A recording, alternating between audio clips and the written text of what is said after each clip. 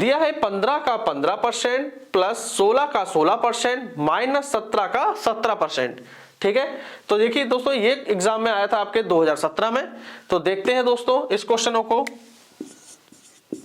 चलिए देखिए दोस्तों 15 का 15%, देखिए 15 का बोले तो दोस्तों गुणा 15, ठीक है दोस्तों, बटे परसेंटेज लगा है तो दोस्तों नीचे 100 लगा देना।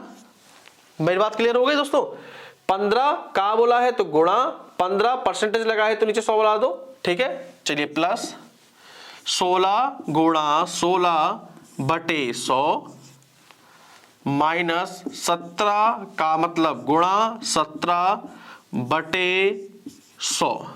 ठीक है दोस्तों, 15 गुणा 15 मतलब देखिए दोस्तों ये 15 का स्क्वायर हो गया, 16 गुणा 16 मतलब 16 का स्क्वायर हो गया। ठीक है दोस्तों, तो आपको दोस्तों स्क्वायर भी याद करने जरूरी है। ठीक है, तो दोस्तों मैं कुछ स्क्वायर आपके लिए लिख देता हूं। ठीक है, चलिए यहां लिख देते हैं हम दोस्तों कुछ स्क्वायर आपके लिए। 11 से 11 का स्क्वायर दोस्तों होता है 121, 12 का 144, 13 का 169, 14 का स्क्वायर होता है दोस्तों 196, 15 का स्क्वायर है 225। ठीक है दोस्तों, 16 का स्क्वायर 256, 17 का स्क्वायर होता है 289, 18 का स्क्वायर होता है दोस्तों 324। ठीक है, किसी भी नंबर के ऊपर स्क्वायर का मतलब है उसकी गुणा 2 बार। ठीक है, 19 का स्क्वायर होता है दोस्तों 361 और 20 का क्या होता है दोस्तों 400।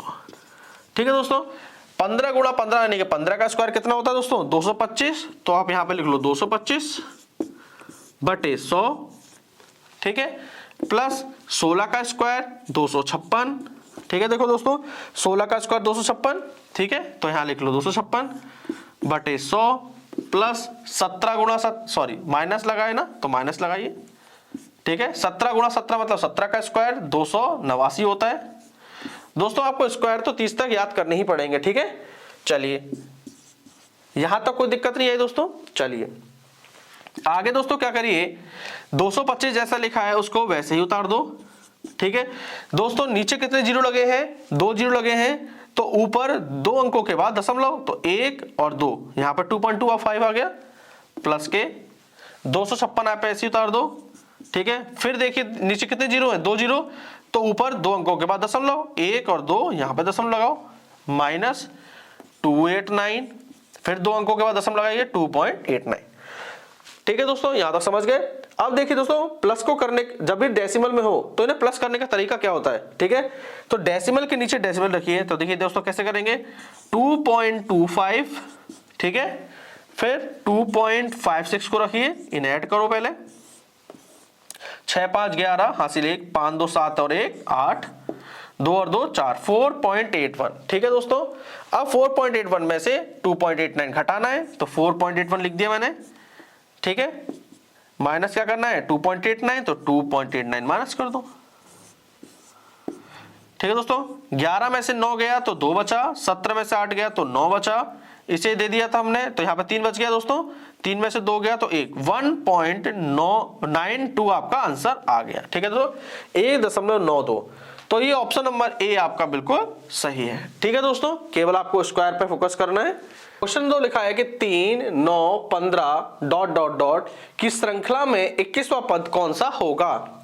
तो दोस्तों इस क्वेश्चन को करने के लिए आपको एक बात याद रखनी है, एक फॉर्मूला tnवां पद बराबर a प्लस ब्रैकेट में n-1 मल्टीप्लाई d। ठीक है दोस्तों, ये फॉर्मूला आपको याद रखना है, कोई भी 21वां पद निकालना हो या कोई भी आखिरी पद निकालना हो। ठीक है दोस्तों, तो a प्लस ब्रैकेट में n-1 इंटू डी। ठीक है दोस्तों, यहां समझते हैं a क्या है। a है दोस्तों पहली संख्या।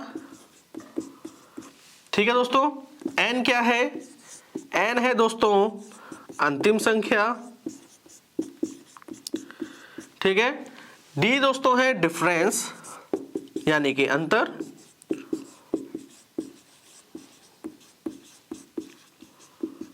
अंतर। ठीक है दोस्तों, चलिए इस क्वेश्चन को अब करते हैं। तो दोस्तों देखो 3 9 और 15 डॉट डॉट डॉट, लास्ट का नंबर कौन सा बताना है, 21वां, तो 21वां इस तरीके से लिख लो।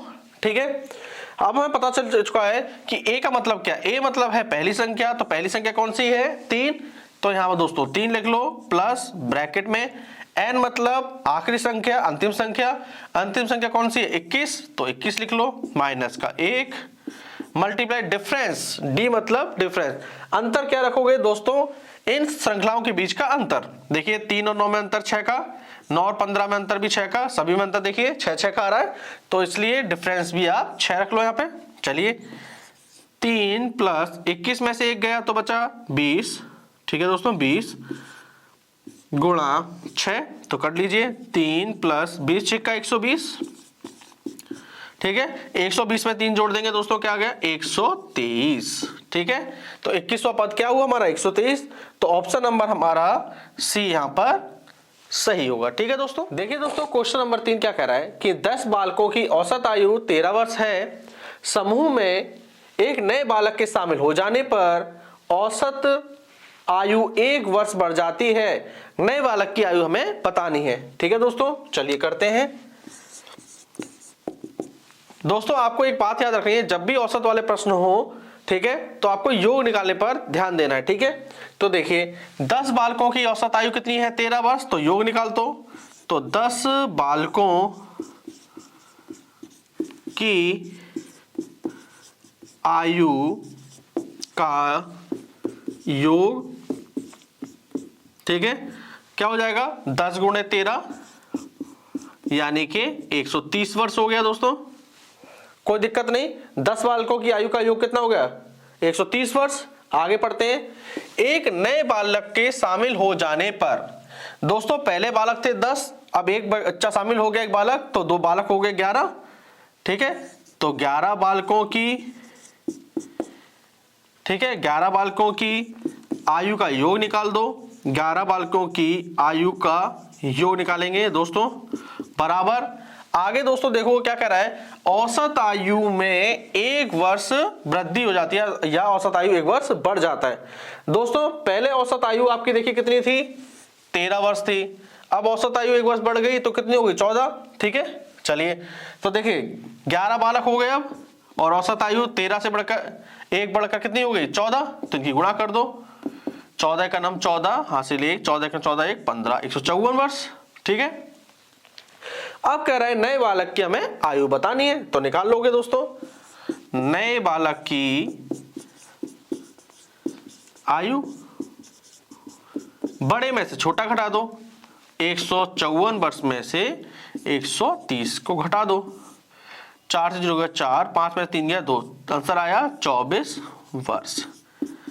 ठीक है दोस्तों, समझ में आ गया। देखिए दोस्तों क्वेश्चन नंबर 4 क्या कह रहा है कि 0 से लेकर 99 तक की सभी संख्या में 3 अंक कितनी बार आएगा। दोस्तों ये भी आपके प्रीवियस ईयर का क्वेश्चन है। देखिए दोस्तों क्वेश्चन करते हैं, क्या कह रहा है 0 से लेकर 99 तक की सभी, तो देखिए स्टार्ट करते हैं दोस्तों। 0 के बाद देखिए पहला आता है अंक 3, 3 के बाद दोस्तों 13, 23, ठीक है दोस्तों, 23 के बाद 30, फिर 31 वाले 31, 32, 33, 34, 35, 36, 37, 38, इसके बाद दोस्तों 39 आएगा, 39 के बाद दोस्तों क्या आएगा 43 आएगा, फिर 53 आएगा, फिर 63 आएगा, ठीक है दोस्तों, 63 आएगा, फिर 73 आएगा, फिर 83 आएगा, ठीक है दोस्तों। भाई 1 से 10 में 1 से 10 तक की बात करें तो केवल एक ही बार 3 आता है, ठीक है, 83 हो गया, और 83 के बाद देखिए दोस्तों 93 आएगा, ठीक है। हमें देखना है 0 से 99 तक, तो 0 से लेकर 99 तक के अंदर, ठीक है। चलिए तो अब काउंट कर लेते हैं कितने हो गए, 1 2 3 4 5 6, यहां दोस्तों 2 बार है तो उन्हें 2 काउंट करेंगे, 7 8 9 10 11 12 13 14 15 16 17 18 19 20, ठीक है। तो 3 कितनी बार आएगा 20 बार आएगा, आपका आंसर क्या होगा 20 बार, ठीक है दोस्तों, इस तरीके से आप लिखोगे, एक नंबर आपका पक्का हो जाएगा। ठीक है दोस्तों, देखिए दोस्तों क्वेश्चन नंबर 5 क्या कह रहा है कि यदि 291 से लेकर 300 तक की सभी संख्याएं लिखी जाएं तो इनमें सम अंक कितनी बार आएगा। यह भी पिछले वर्ष का क्वेश्चन है दोस्तों। ठीक है दोस्तों, ट्राई करते हैं इसको भी। तो ये कह रहा है कि 291 से लेकर आपको कहां तक लिखनी है, 300 तक। तो लिख लीजिए 291, 292, 293, 94, 295, 296, ठीक है दोस्तों, 297, आगे लिखते हैं 298, 299 और 300। ठीक है दोस्तों, हमें क्या बतानी है, सम संख्या है। काउंट कर लेते हैं दोस्तों कितनी सम संख्या है। देखिए 2, एक तो ये होगी 1, 2, 3, 4, 5, 6, 7, 8, 9, 10, 11, 12। ठीक है दोस्तों, 12 बता रहा है दोस्तों। एक 8 भी रह गया यहाँ पे, 13। दोस्तों कितनी हो गई, 13। ठीक है दोस्तों, याद रखना सबसे छोटी सम संख्या होती है 2। ठीक है, तो देखिए दोस्तों टोटल कितनी हो गई, 13। तो ठीक है, 13 सम संख्याएं हो गई हमारी।